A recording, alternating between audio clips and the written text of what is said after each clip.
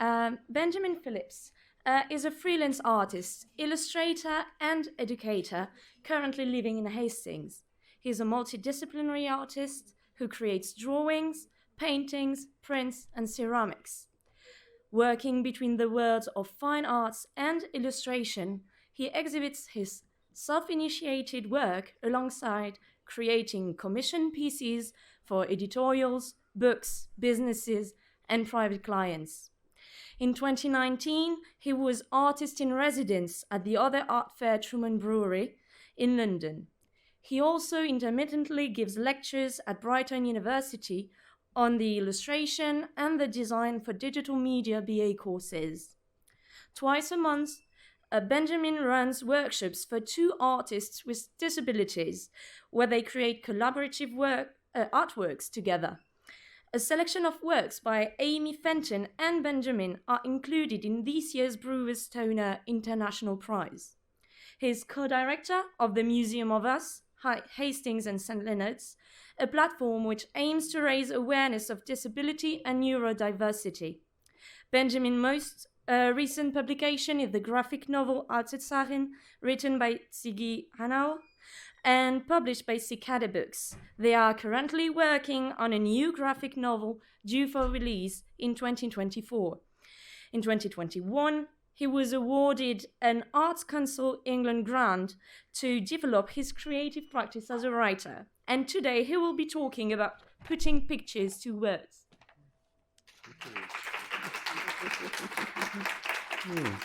Thank you. Well, it's a very tough act to follow, Jen. That was amazing, and I don't feel so well equipped to talk about literary things because I spend my time making pictures. But I'll have a go. So just see if this works. That's how you change slide. That's good. Okay, so I'm just going to give a brief overview of my process when it comes to working on a book like this, and how I go about creating illustrations to a text. I worked on these two books for Jan. Emma from the Emma Press, who was the publisher that put this out, she got in touch with me back in January 2017, and she didn't have a firm project to be working on with me at the time until a couple months later when she got Jan's manuscript, and she sent that over to me.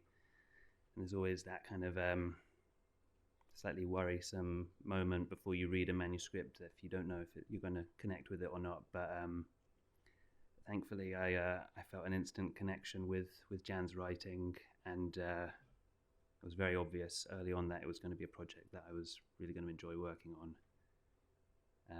But I probably would have done the work anyway, even if I hadn't liked it, because that's my job. I got to earn some money. But no, it's really good. I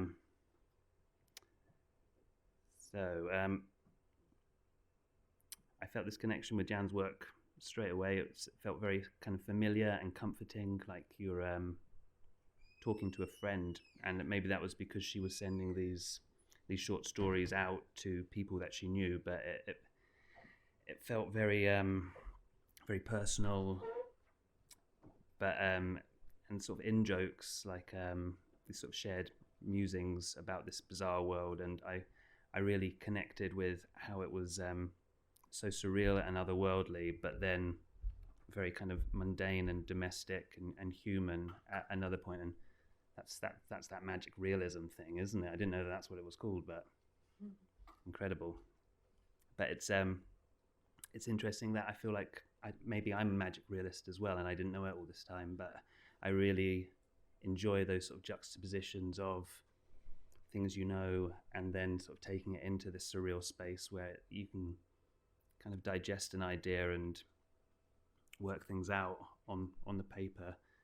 And I'm always interested to subvert something and to try and look at it from a different angle.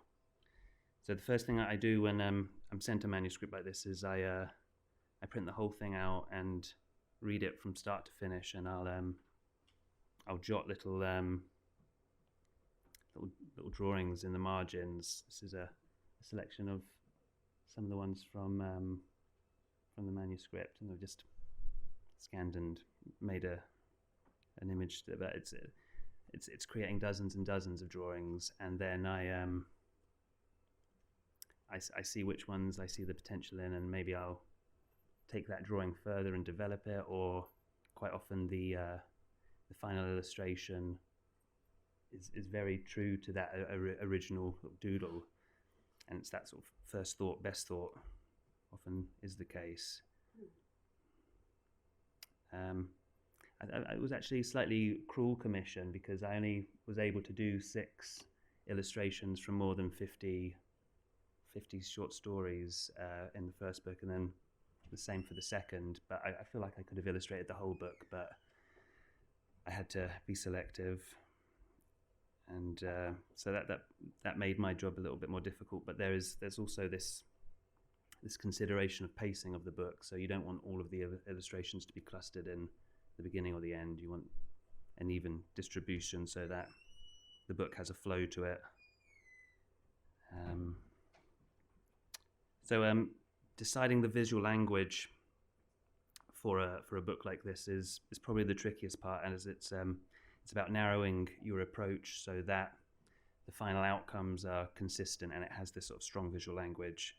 And so the first piece that I created an image for was one about these parents who have a single child, and they think that the idea of raising an only child is cruel. So but they can't afford to have more siblings. So they enclose the child in this room which is mirrored on all 4 sides to give the baby the illusion of having many siblings or friends, and say things like, "Oh, look at all the mirror babies." And I connected with this drawing straight away, with this idea, this concept. And maybe it's because I'm raising an only child as well, and I think it could be quite a good solution to this problem. But the feedback that I got from this illustration was that it was too polished, and maybe something less refined and scratchier would work better. So I went back to those original drawings and I created something much more basic and linear, which I sent off to Emma, and I sent an inked version as well. And this one got the yes, so that kind of set the bar for the sort of parameters of what these illustrations could look like. It's interesting. I mean, it's only 5 years ago that this book was made, but already it feels like I would maybe tackle a project like this slightly differently now than I would have then. I think I was being slightly more selfish with the images that I created then, and I was I don't know, maybe my own visual language was informing it, the writing too much, and I think now I make more effort to be true to the text, but I'm still happy with the images.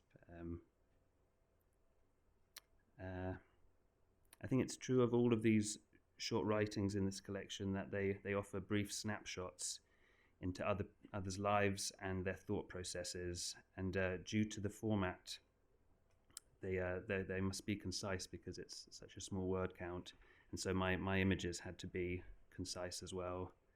And whether that's channeling this sort of ethereal world of veteran swimmers, or the moment before a child has their hand bitten off by a dog, and I really connected to this sort of dreamy way of writing, because it's somewhere between our world and a sort of twisted alternate reality, but mixed in with the memory that the storyteller brings.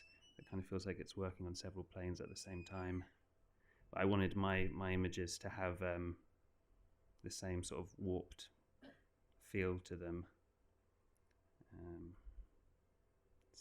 Someone listening to the tree, and this is from the second collection, and the opening line is "She kept birds in her fridge," and it's just I was just hooked by that first sentence. I just knew this was going to be one that I illustrated, and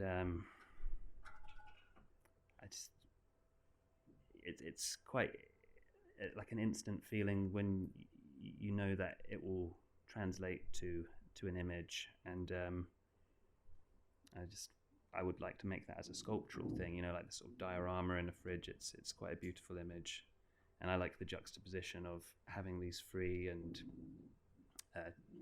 chirpy wild birds, but juxtaposed with like gherkin jars and margarine tubs. Okay, this is just a few other examples of my work, but what I wanted to talk about was that in illustration there's this emphasis on finding a style or method of production, and this is mainly as a way to communicate to prospective clients of what it is you do, and then they know what they're going to get if they commission you. And this is something that I struggled with for a long time, because I'm quite sporadic with my approach, and I like working in a range of different mediums, from ceramic to print and many different drawing and painting based methods. But I'm really grateful for having worked on the Postcard Stories series, because I feel like it was a slightly pivotal moment in my career where I was able to work out a way to work on a commercial project like this. As at the time I was also doing these live portraits where people will come and sit for me, sort of 20 minutes per person, and I will ink them in ink and brush and monochrome. And this is how Emma from the Emma Press, who sadly couldn't come today because she's heavily pregnant, isn't she? About to go. And she was at one of these events in London and saw me drawing, and she's a publisher of books, and she saw the images and she thought, oh, I'd like to make some images. I make some books which have imagery like this. But at the time, I think that I felt like my portraiture work and my illustration work were these two separate things, and it seems like really obvious, like I'm an idiot, like why would you work in these two separate ways and feel like they couldn't sort of coexist together? But I hadn't been able to do that until being given that prompt from Emma.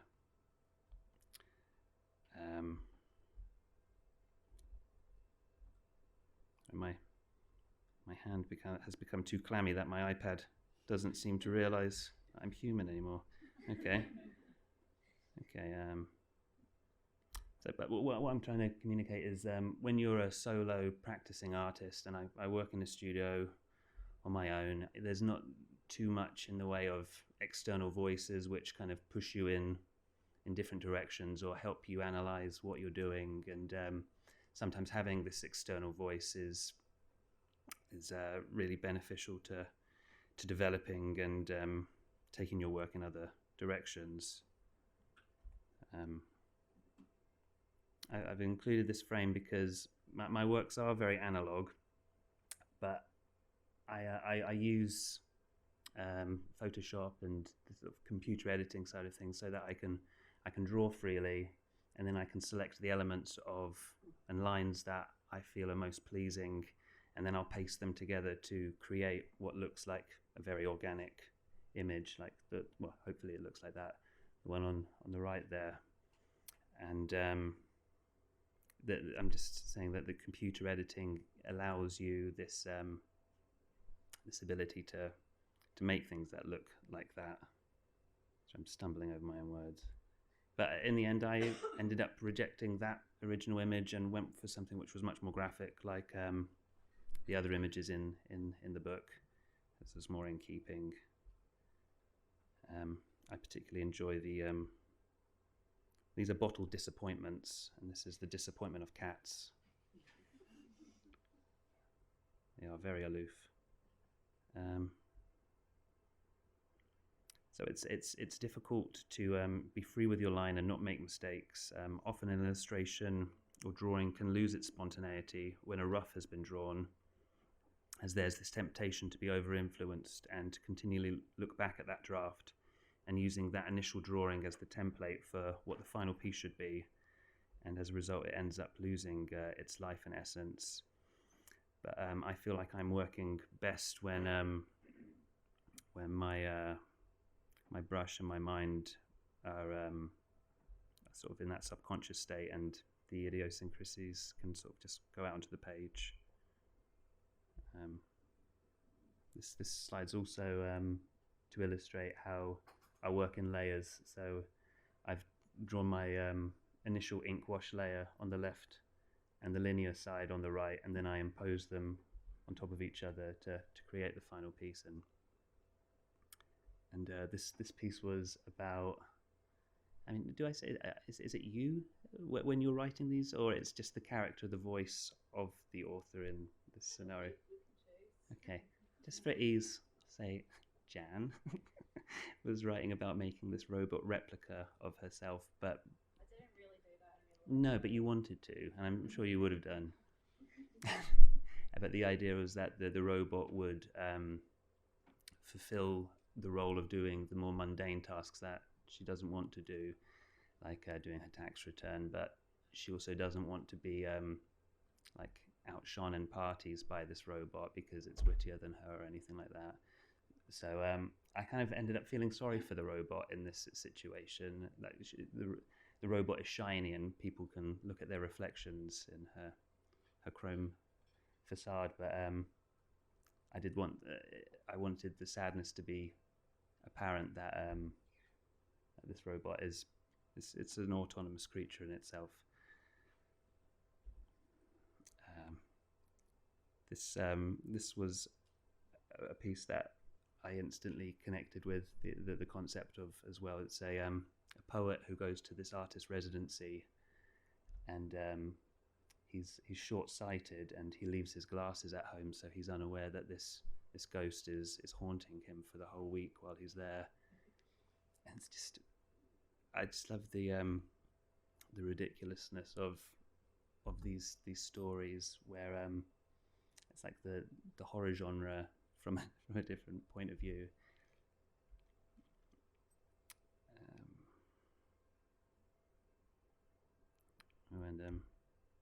This slide is just, this is how many times I drew the head before I decided that the one at the bottom was the correct one. And it's just funny when you see 6 illustrations in a book, you think, oh, he did 6 drawings, but I'm doing lots and lots of drawings, and I hope that they look effortless. That's the intention, but I'm pranging out about this stuff. Yeah, it takes up too much headspace. I think Jan told me that this was her favourite one at some point when we met before, and it's this fancy dress party at a church, and this girl turns up dressed as the devil, which was frowned upon by the Reverend. That one really happened. Did that really happen? Were you the devil? No, I was the youth worker in charge of the party. Okay, wow, amazing. Is the costume accurate? It was bright red, light blue. Oh, whoa, sassy. Okay, and this piece is about inmates enjoying their Christmas dinner in prison, and I want the imagery to be like the text, that you can reflect on it, and you can see that it's funny, but it's sad, and there's a beauty. And I'm basically wanting to create imagery which comes after the text is read, that you can dwell upon the words, and you're experiencing the illustration as well. And it's the illustration is either lifting the text in some way. It's not just necessarily a literal reading of the writing, but it brings something else, because I feel like illustration is it's slightly worthless if it's not doing something else. Like, you don't need to have the word apple and then a picture of an apple. Both of those things are doing the same job in that situation. And this gentleman who laminated his wife again, it's just because Jan's writing is so punchy in this collection. She just sort of lays out her cards straight away. It's like, there was once a man who laminated his wife. That's all of that information is provided in the first sentence of the piece, and I don't need to necessarily have too much mystique in the illustration that I'm producing, because it's no spoiler alert. And it's a very sort of tragic and disgraceful event to seal one's wife in plastic, but the way Jan tells the story is so dry and kind of devoid of emotion.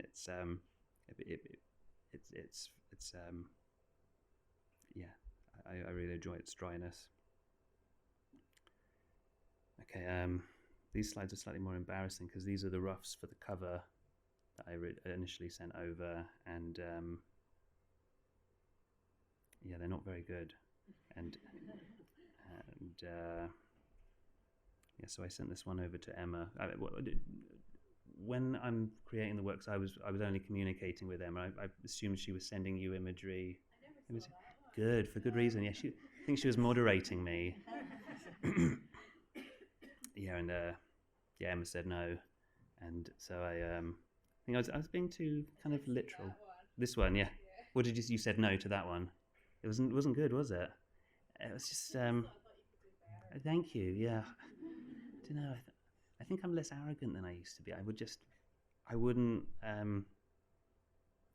censor myself, or I just thought that I could do it first time, and it's clearly not the case. But then I produced this rough, which there was obviously more potential in, and it was developed to this. But I think I was maybe approaching the cover in the same way that I was approaching single images for inside the book, and it needed to have a different approach because you are having to communicate just the notion that there are lots of stories. There's more stories than just this collection. It kind of feels like is it still an ongoing part of your practice doing this? Not at the minute, but I might revisit it. Yeah, because it does feel like such a wonderful way to generate ideas, and I really connected with the books. How am I doing for time? I'm okay. I just wanted to show a couple of images from books which then led on from the postcard stories collections. So this was from the next book that I did after the second postcard stories book, and this is from Rakshan Rizwan's book My Sneezes Are Perfect, and I was able to use the skills that I feel like I honed in on more during the postcard stories books, and then develop it more to very character-based stories. Like I thought it was interesting what Jan was saying about her relationship with character and stories, but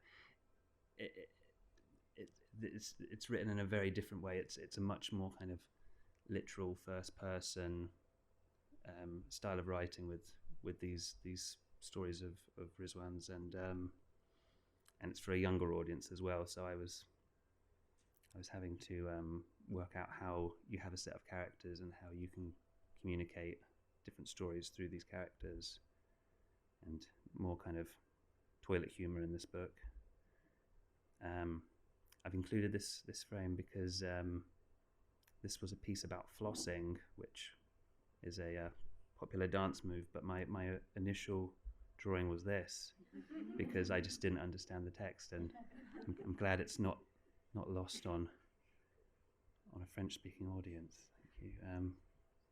And today I'm now, as was said in my introduction, I'm working with graphic novel writers, and I just kind of wanted to thank Jan and thank Emma, because I don't think if I hadn't been given that opportunity to work on those books, I wouldn't have been able to progress to the point that I am doing this now. And I'm really happy doing this work.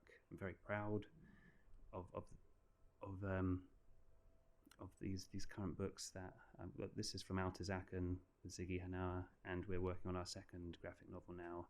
But it feels that it's a very oversaturated market, illustration, and opportunities are few and far between. And if you don't necessarily do your best and you don't progress, it feels like you can quite easily drop off. But I'm very happy to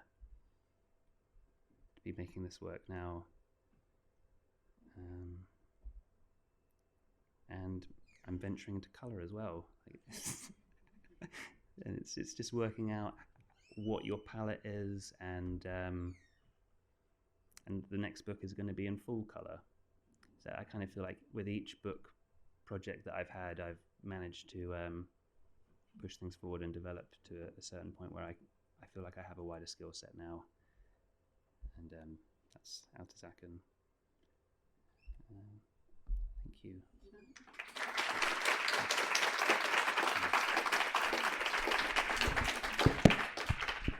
Thank you, Benjamin. Thank you for your wonderful presentation. I have the 2 volumes here of postcard stories for students to have a look at during the break.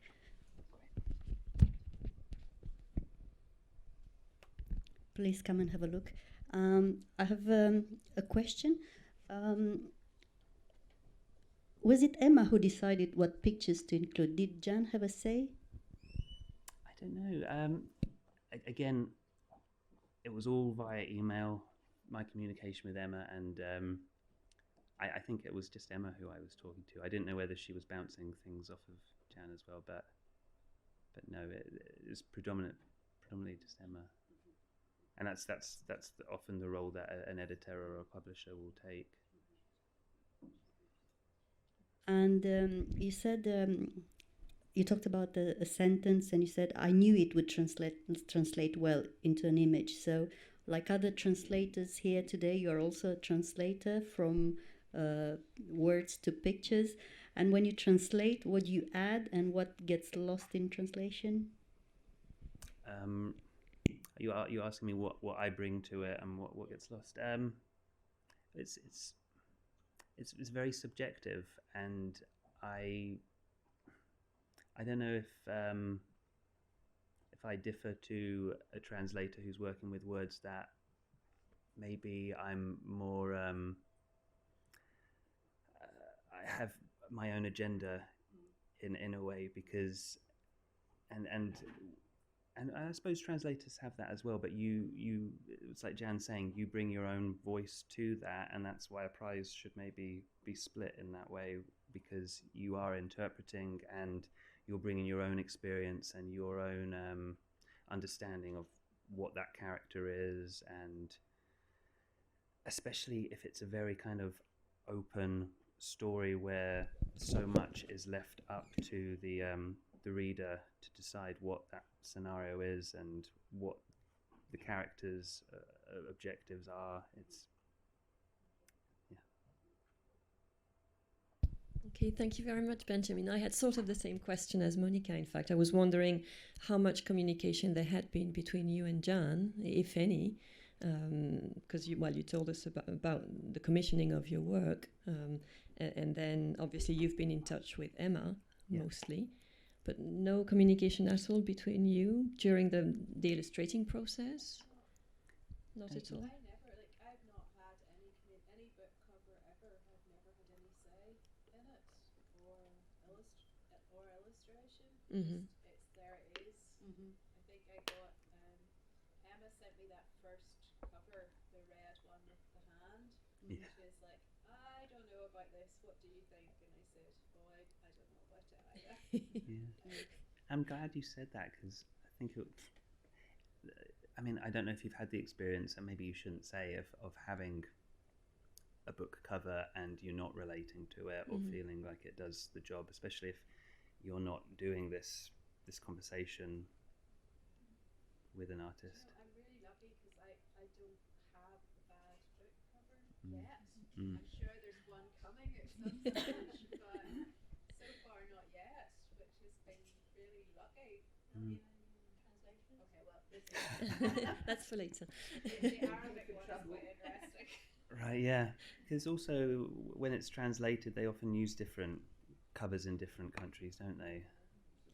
Yeah, because then you were telling us that external voices are important for you in the creation process. So far, the external voice was mostly Emma's, right? Or did you get any other type of feedback from readers? I mean, I bounce things off my partner as well. Okay. So I share a studio space with my partner, and but she's a taxidermist, so she's on her side of the room. Right. I'm on mine, and I think also that's maybe why I connected with the birds in the fridge, because she's creating dioramas on her side, and I'm drawing on the other. Okay, thank you very much. I'm sorry I have tons of questions, but because I'm into illustration and illustration studies, that's why. I was very much interested in your idea of the organic image. Could you tell us a little bit more about that? I think it's what I was picking up on before, when certainly with my work, if I'm paying too much attention to a brief or to my initial sketch, I'm often happier with that initial sketch than the final piece, because you overwork something, and it's the same way that a painter needs to know when to step away from the canvas and not overwork something. But it's more immediate with illustration, and you're trying to communicate something in a very kind of direct way. And I don't know, maybe to someone who doesn't draw, you'd think that a line is a line, but if you trace a drawing, I feel like it loses something. It's a little bit like when you photocopy a photocopy, and it loses that je ne sais quoi after a while, you know, it just dilutes. Or I feel like I do feel like the feeling that you're having if you are engrossed in what you're doing, it does come through sometimes, and it's something which is hard to measure and hard for me to talk about, but I feel a connection to work, or I don't feel it. It was certainly with my own practice.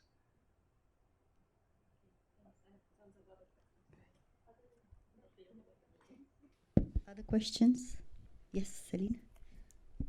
So maybe following on what has been said, I was wondering if you choose your own, the editors whom you're going to work with, or is that they who choose you?